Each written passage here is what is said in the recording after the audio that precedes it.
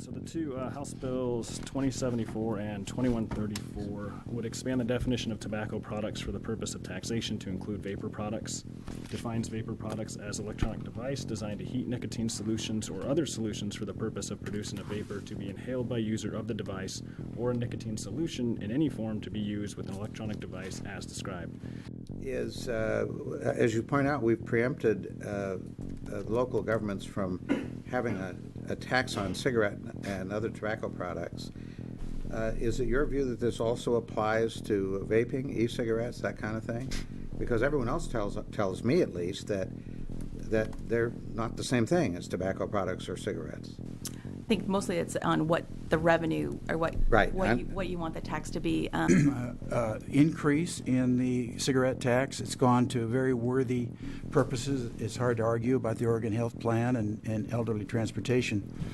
But our original 25% as counties has shrunk to 1.8%. So we ask if there are new resources available by growth in tobacco products, or as you define them. We hope the legislature steers its direction of revenue sharing back toward the original understanding.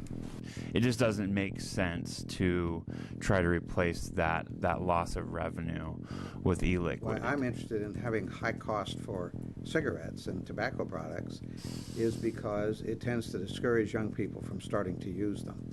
And if we can discourage young people from starting to use them, we can significantly reduce the addiction rates. And if we reduce the addiction rates, we reduce the number of people in society who smoke.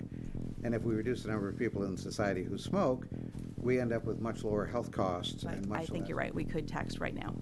Do either of these? If one of your goals as a legislator is to see the number of people in Oregon who smoke cigarettes be reduced, then you should vote no on HB 2074 and HB 2134. You've heard personal testimony. There's other testimony from Oregon and nationally that cigarette smokers are adopting vape products, including electronic cigarettes, so to speak, in order to help them wean themselves off of tobacco products. That is something we should be encouraging, not discouraging, if we want to have an impact on the health of our citizens. I will be brief in my comments, but I did want to touch on the public health aspects and benefits of strong taxation policy on tobacco and nicotine-related products. So nicotine is a terribly addictive substance. It's harmful to the heart, to arteries, and brain development. In your consideration of this bill, focus on the benefits of the taxation policy. ONA represents over 13,000 nurses, nurse practitioners, and nursing students. Would lead to massive savings in particularly the Medicaid program. And the estimate is that 67% of all Medicaid recipients are also tobacco users, smokers. If we can encourage those folks to wean themselves off of tobacco products and onto electronic cigarettes or vape products, we will dramatically reduce the amount of money that Oregon has to spend on its Medicaid program in the years to come. University of London, which suggests that in the study, 61% of e-cigarette users were able to cut their consumption in half.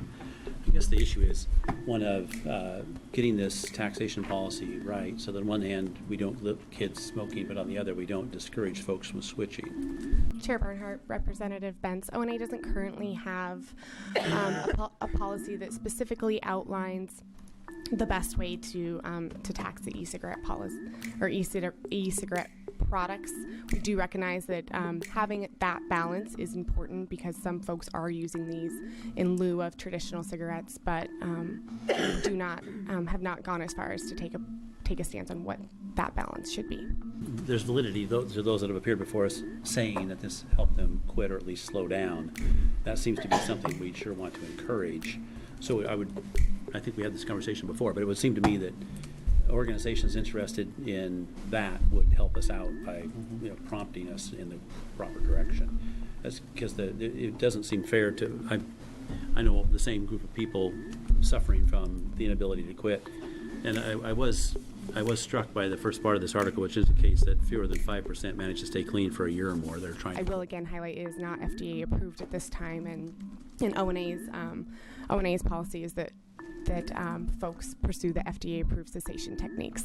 State your name for the record, please, and then give your testimony. My name is Tim Churchill. I'm from Medford, and I work with EC Blend. We are the largest e-liquid manufacturer in Oregon. We also sell throughout the United States and through 14 different international countries. One thing, in my opinion, is that this tax actually rewards tobacco, partially because of the way that it is assigned. Devices were a big topic before, but just like in tobacco, you don't tax lighters, you don't tax pipes, you don't tax anything that's used besides the tobacco itself.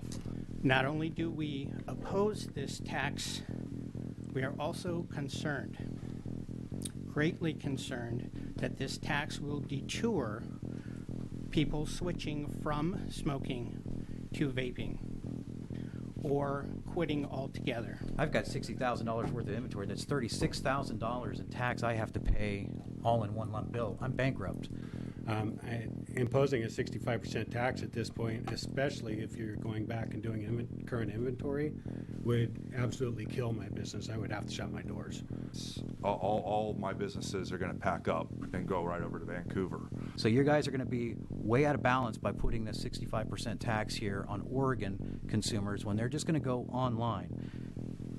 That's really the bulk of my testimony here. You do this, the shops close, you lose the revenue. The revenue that would be generated is now going to go online or into my store in Vancouver. Thank you. Oregon businesses would be forced to make a choice, either to close or to leave Oregon. Testimony makes me feel better. I can jog up to 10 miles, and I feel great about it. And I believe in these products, and so do hundreds of thousands of other Americans.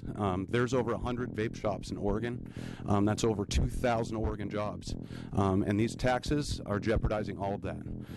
So the Taxpayer Association of Oregon encourages no votes on both HB 2074 and HB 2134, and I thank you for the opportunity to testify.